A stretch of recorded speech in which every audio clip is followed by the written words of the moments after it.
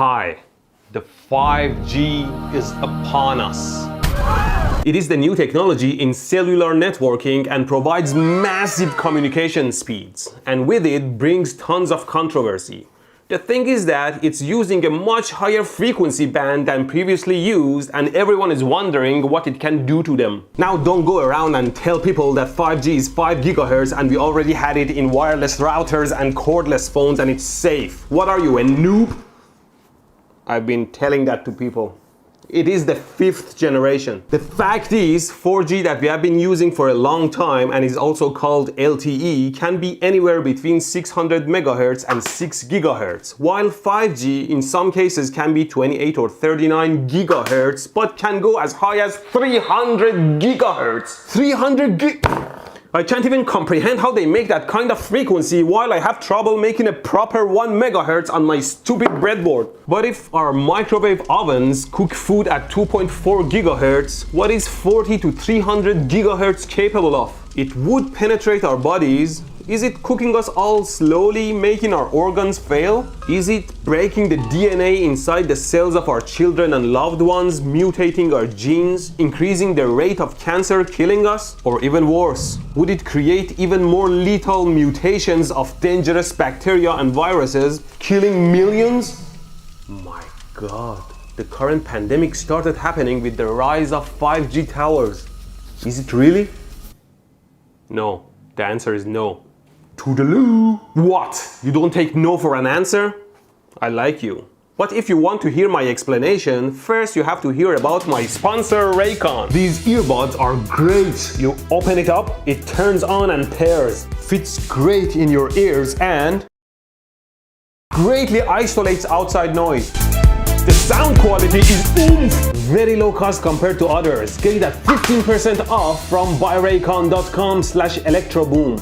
Now, if you're interested in why 5G and how the technology works, there is a great video from the signal path. I'm just interested about how well it fries people. Okay, I know there are some old debunked researches about that mobile phone signals can cause cancer or electric smog and shit of that sort. Throw them all out and let's start over. I start with simple stuff. So what? 5G can go up to 300 GHz. All radio signals or electromagnetic radiations are what we call light at different frequencies. We happen to be able to see a certain frequency range. Strong visible light can penetrate deep in the body and pass through our tissues. The visible light frequency range is 430 terahertz to 750 terahertz, over 1,000 times more than the 5G capability. In fact, the 5G frequency band stops right at the beginning of the infrared light range, which is from 300 gigahertz to 430 terahertz.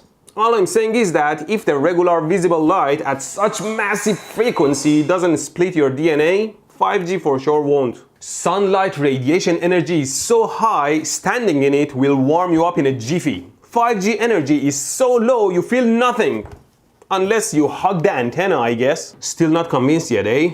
Fine, but I'll have to dig deeper and that will make the video boring. It's your fault this video is boring. So slap like now and subscribe. You need to understand how cells mutate or cancer happens, which you probably already know. Your cells contain DNA that holds around 3 billion genetic letters, out of which only around 1% is directly responsible for the genetic code that shapes your body. Kurzgesagt has a great video on the subject you should watch, but let me simplify it here. Every cell makes a copy of itself by splitting the DNA to half and then rebuilding the other half one letter at a time to get 2 full DNAs to pass the genetic information. If the DNA gets corrupted right at the 1% essential letters that matter, well, that's bad. The corrupted cell will malfunction. Body has many ways to get rid of the corrupted cell though. The cell has a self-destruct system just for this, or it can be detected and destroyed by the immunity system. So a bunch of essential DNA code must get corrupted for the cell to become cancerous. It must disable self-destruct, disable detection by the immunity system, lure the body to direct all the resources to it, and enable fast multiplication. So you can imagine the chance of one cell getting cancerous is very low, 1 in a gazillion. But then because body has gazillions of cells over the lifetime, the chance becomes pretty high. So why does the DNA become corrupted and cancerous in the first place? There are different reasons, like under some conditions the cell can make a mistake copying the DNA, or some chemicals like asbestos or some bacteria or viruses entering the body could cause cancer, or very high energy radiations, which can be alpha rays that are high speed helium atom core, or beta rays that are super high speed electrons, or ultraviolet, X-ray or gamma rays that are very high energy light particles. These are what we call ionizing radiations. But why is ionization a bad thing? Human body runs on ions, like the acid in your stomach, or the electrolytes in your blood, or the electric signals through your nerves and such. Not all ionizations are bad, only those that can corrupt the DNA. Ionizing radiations can pass through all the body protections and penetrate a cell easily, and they can break DNA links and can go haywire. But let's just focus on the electromagnetic side of radiations and see how electricity can hurt us in general. I am an expert in electrical hurting after all. Okay, placing electromagnetic fields across a conductor like human body results in electric current running through it. For example, a battery is a source of electric fields. If you like to feel the electric shock pain in a relatively harmless way, you can place a 9-volt battery on your tongue. Damn it, I never get used to it. Of course, you can only do it momentarily. Don't dare yourself to go too long because it can warm up and hurt your tongue over time and can cause chemical reactions. The reason you feel the pain right away is not because it's damaging your tissues. It's because electricity messes with your nerves and you feel the pain. Electricity can cause nerve stimulation from 0 Hz DC. DC is 0 Hz. I tested it in an old video.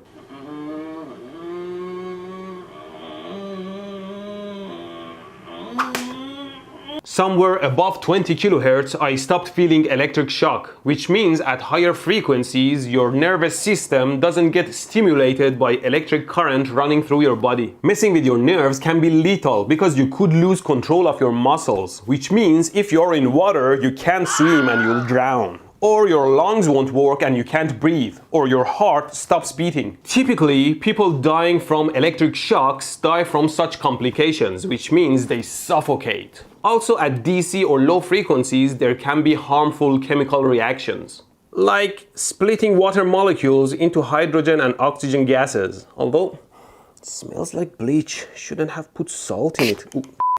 But the pain of running high enough electricity for chemical reactions is so high you either quickly let go or die of other complications. Of course, dying from electricity is bad.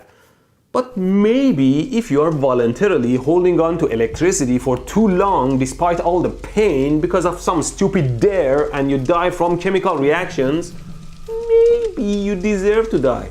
Anyway, somewhere above 20 kHz, you won't die from electrical paralysis because you won't feel a shock. But you can still die at any frequency from another enemy, which is heat. Electricity creates heat through conductor resistance, and depending on the amount of electricity, it may cause anywhere from unnoticeable heat to tissue burn to straight up blowing up your body.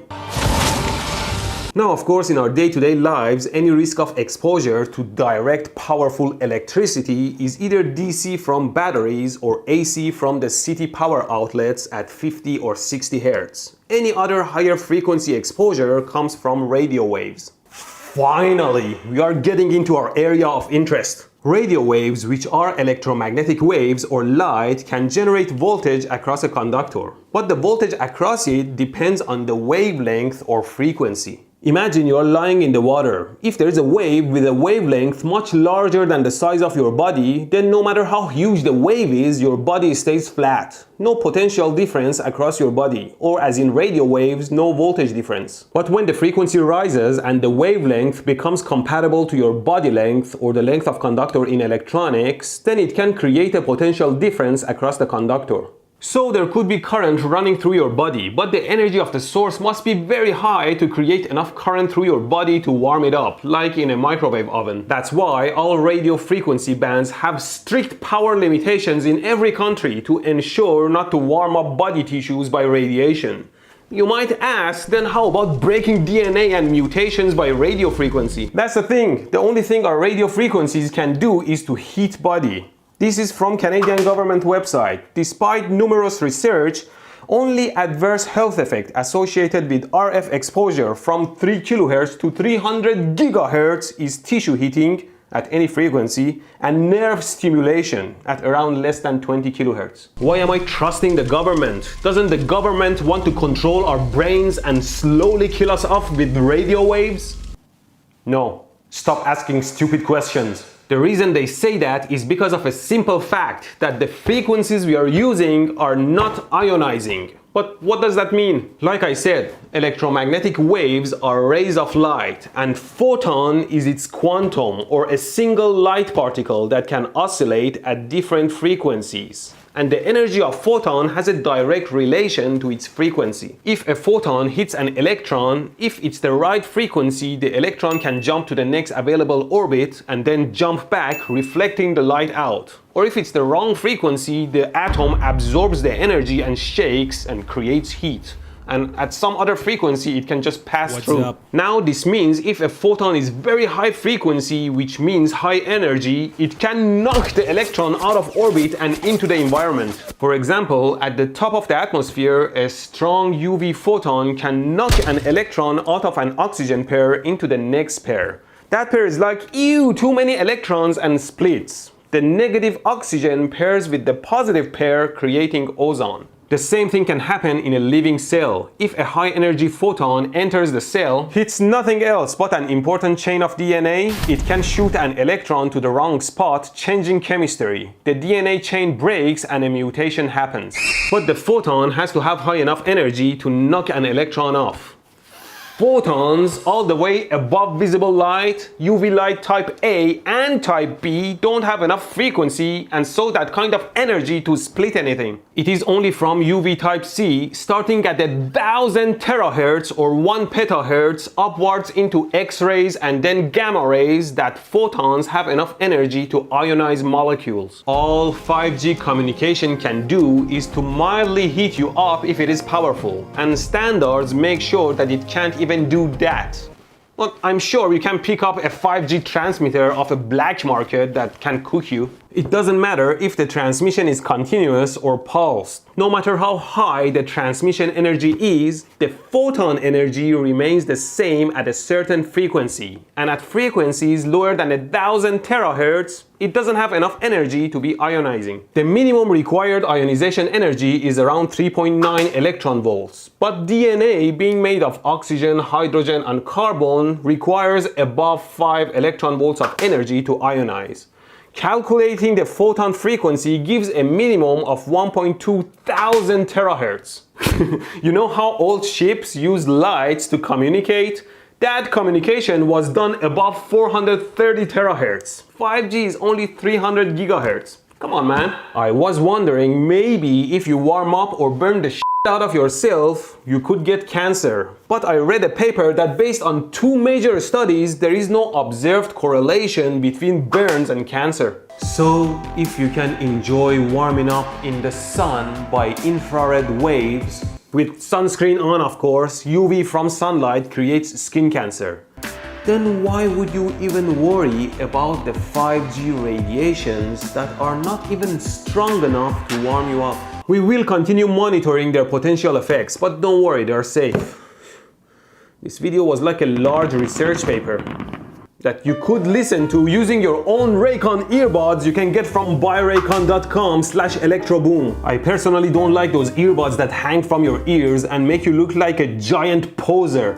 I like mine low profile, like this. This everyday E25 earbud is their best model yet. Runs for 6 hours straight playtime. And this tiny charging case has its own battery to recharge them for 24 hours of playtime. Tons of different colors to choose from. Simple controls and great for listening to anything. Seamless Bluetooth connection, ready to go by the time you put them on. And the sound quality is bass rich and premium. Starting at half the price of other premium earbuds and another 15% off using my link. Do it now. And thanks for watching.